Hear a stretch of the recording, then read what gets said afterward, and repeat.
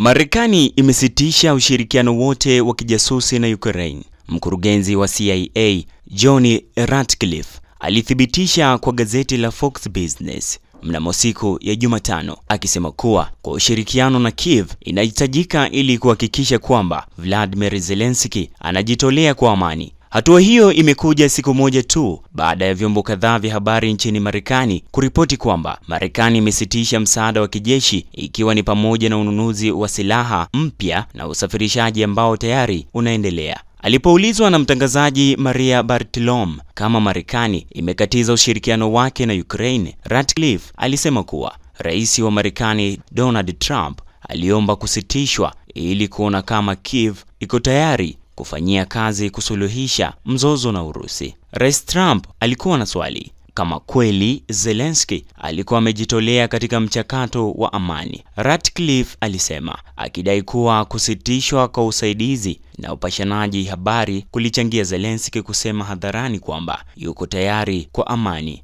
Mnamo siku ya Jumanne, kiongozi wa Ukraine alisema kuwa Kiev iko tayari kwa kuachiliwa mara moja na kusitisha mapigano kwa muda na marufuku ya makombora, ndege za masafa marefu, mabomu kwenye nishati na miundombinu mingine ya kiraia. Huku wiki iliyopita Trump aliwaambia waandishi wa habari kwamba Zelensky alihitaji kuwa tayari kwa usitishaji mapigano mara moja kabla ya kukaribishwa tena Marekani kufuatia mzozo wao uliotokea ofisi ya Oval siku ya Ijumaa. Ratcliffe alisema, akiongeza kwamba alitarajia Marekani kuanza tena kushirikiana na Ukraine hivi karibuni. Gazeti la Sky News liliripoti siku ya Jumatano kusimamishwa kwa ugavi wa kijasusi kulikuwa ni chanzo cha Ukraine. Sky News iliripoti mnamo siku ya Jumatano. Hata hivyo, hatua hiyo ilifanya iwe ngumu kwa Ukraine kuanzisha mashambulizi dhidi ya walengwa ndani ya Urusi. Marekani iliripotiwa kuwazuia washirika wake kushiriki na Ukraine. Financial Times iliripoti siku ya Jumatano ikinukuu vyanzo vinavyojua swala hilo. Wapokeaji walio na mali ndani ya Ukraine walikuwa na uwezekano wa kuendelea kupeana taarifa muhimu, gazeti hilo lilisema, lakini Kiev itakosa kutumia busara inayozingatia wakati na thamani ya juu ili kufikia shabaha zinazohamishika za Urusi. Ikumbukwe tu Trump na Zelensky walirushiana maneno makali siku ya Ijumaa wakati rais wa Marekani alipomshutumu kiongozi huyo wa Ukraine kwa kutokuwa na shukrani na kucheza kamari na vita vikubwa vya kidunia vya tatu kwa kukataa kufanya kazi ya kusimamisha uhasama.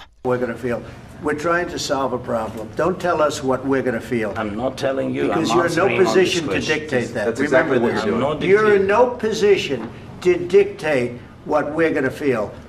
We're going to feel very good. Feel influence. We're going to feel very good and very strong. You will feel influence. You're right now not in a very good position.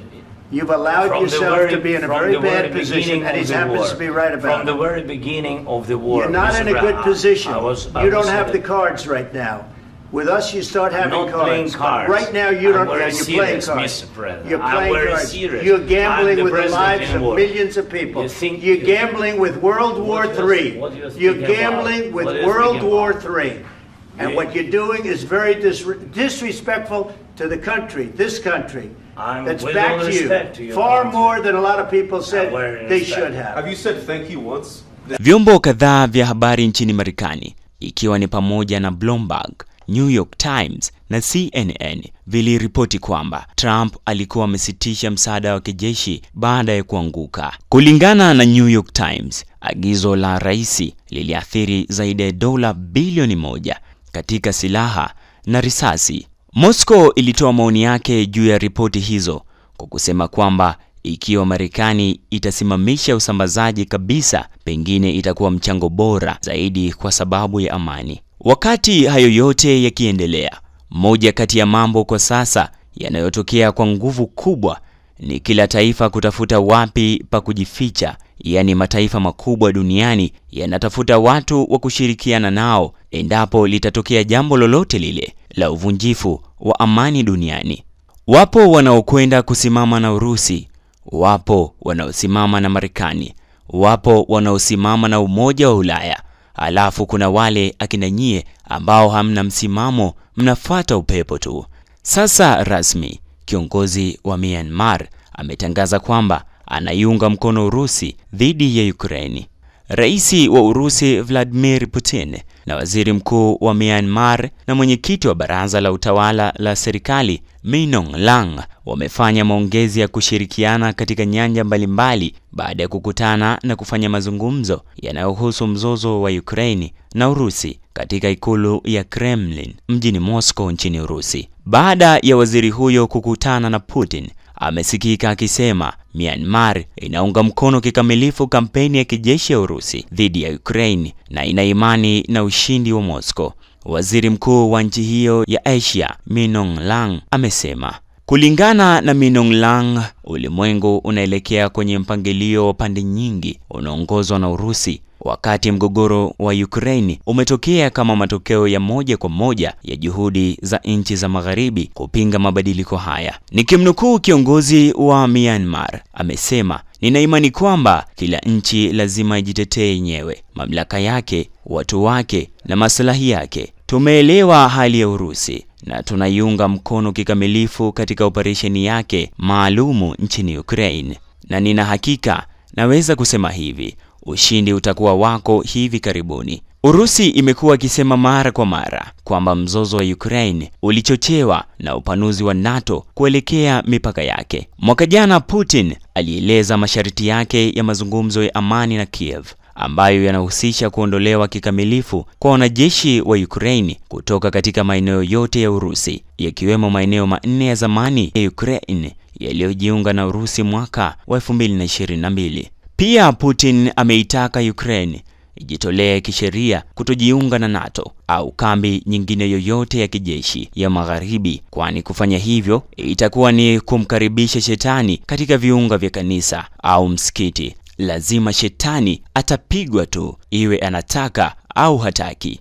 Kufuatia kuongezeka kwa mzozo huo, mnamo Februari ya mwaka 2022, Jenerali Zo Min-tun, mwakilishi wa mamlaka ya kijeshi ya Myanmar, alisema kwamba Urusi inachukua hatua zinazohitajika ili kuhifadhi na kuimarisha mamlaka yake ya serikali, na kama nguvu kubwa inahakikisha uwiano wa vikosi vya kimataifa vinavyosaidia kudumisha amani duniani kote. Na taifa hilo la kusini mashariki mwa Asia limekataa kuunga mkono vikwazo vya magharibi dhidi ya Urusi. Wakati wa mkutano wake na Min Aung Hlaing, Putin alibainisha kuwa uhusiano kati ya Urusi na Myanmar unaendelea kwa kasi, akibainisha biashara ya nchi hizi mbili ilipanda kwa 40% mwaka 2024, ambapo wanatarajia mwaka huu itapanda zaidi na zaidi. Nchi hizo mbili zimekubaliana kuimarisha uhusiano wa kiuchumi na kutia saini makubaliano ya ujenzi wa kinu kidogo cha nyuklia nchini Myanmar. Kampuni kubwa ya nishati ya nyuklia ya serikali ya Urusi, Rosatom,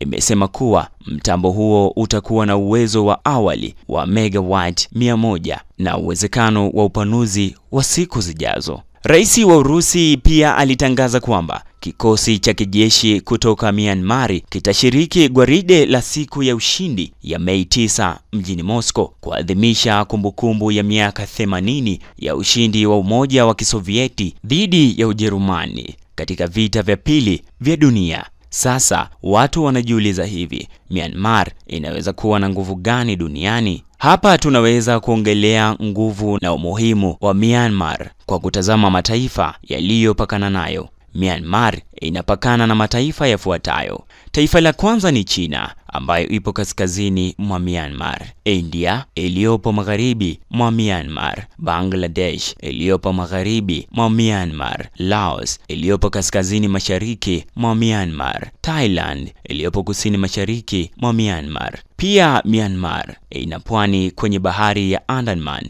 upande wa kusini, ambayo inaiunganisha na maeneo ya kando ya bahari ya Hindi. Kwa hiyo maana yake hapo Urusi inaendelea kuweka ulinzi katika mataifa washirika au majirani wa marafiki wa Urusi, ili ikitokea kikanuka muda wote, sio lazima apige mabomu kutoka Urusi, ila anaweza amrisha tu mabomu yaliyopo Myanmar yakafanya kazi. Lakini kitendo cha Myanmar kujiunga na Urusi kinaweza kuwa na athari kadhaa kwa Marekani na uhusiano wake wa kimataifa, kama vile kuongeza ushindani wa kikanda, kwa sababu Myanmar ni nchi yenye nafasi muhimu kijiografia kusini mashariki mwa bara la Asia. Kwa hiyo kujiunga kwake na Urusi, hii inaweza kuathiri ushawishi wa Marekani katika eneo hilo, kwa sababu Urusi inaanzisha ushirikiano wa kijeshi na kiuchumi na Myanmar, na kuathiri mipango ya Marekani ya kuimarisha uhusiano wake na nchi za Asia